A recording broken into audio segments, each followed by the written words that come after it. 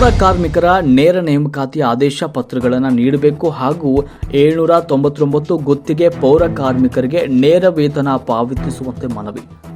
ಇಂದು ಧಾರವಾಡ ಜಿಲ್ಲಾ ಪರಿಶಿಷ್ಟ ಜಾತಿ ಪರಿಶಿಷ್ಟ ಪಂಗಡಗಳ ಪೌರ ಕಾರ್ಮಿಕರ ಮತ್ತು ನೌಕರರ ಸಂಘದ ವತಿಯಿಂದ ಸುವರ್ಣಸೌಧದ ಬೆಳಗಾವಿಯಲ್ಲಿ ನಡೆದ ಪೌರ ಕಾರ್ಮಿಕರ ಸಂಘದ ಬೃಹತ್ ಪ್ರತಿಭಟನಾ ಸ್ಥಳಕ್ಕೆ ಆಗಮಿಸಿ ಪೌರ ಕಾರ್ಮಿಕರ ಸಂಘದ ಮನವಿಯನ್ನು ಸ್ವೀಕರಿಸಿದ ಸಮಾಜ ಕಲ್ಯಾಣ ಇಲಾಖೆ ಸಚಿವರಾದ ಡಾಕ್ಟರ್ ಎಚ್.ಸಿ. ಮಹದೇವಪ್ಪ ಅವರಿಗೆ ಪಾಲಿಕೆಯ 134 ಪೌರ ಕಾರ್ಮಿಕರ ನೇರ ನೇಮಕಾತಿ ಆದೇಶ ಪತ್ರಗಳನ್ನು ನೀಡಬೇಕು ಹಾಗೂ 799 ಗುತ್ತಿಗೆ ಪೌರ ಕಾರ್ಮಿಕರಿಗೆ ನೇರ ವೇತನ ಪಾವತಿಸುವಂತೆ ಆಗ್ರಹಿಸಲಾಯಿತು.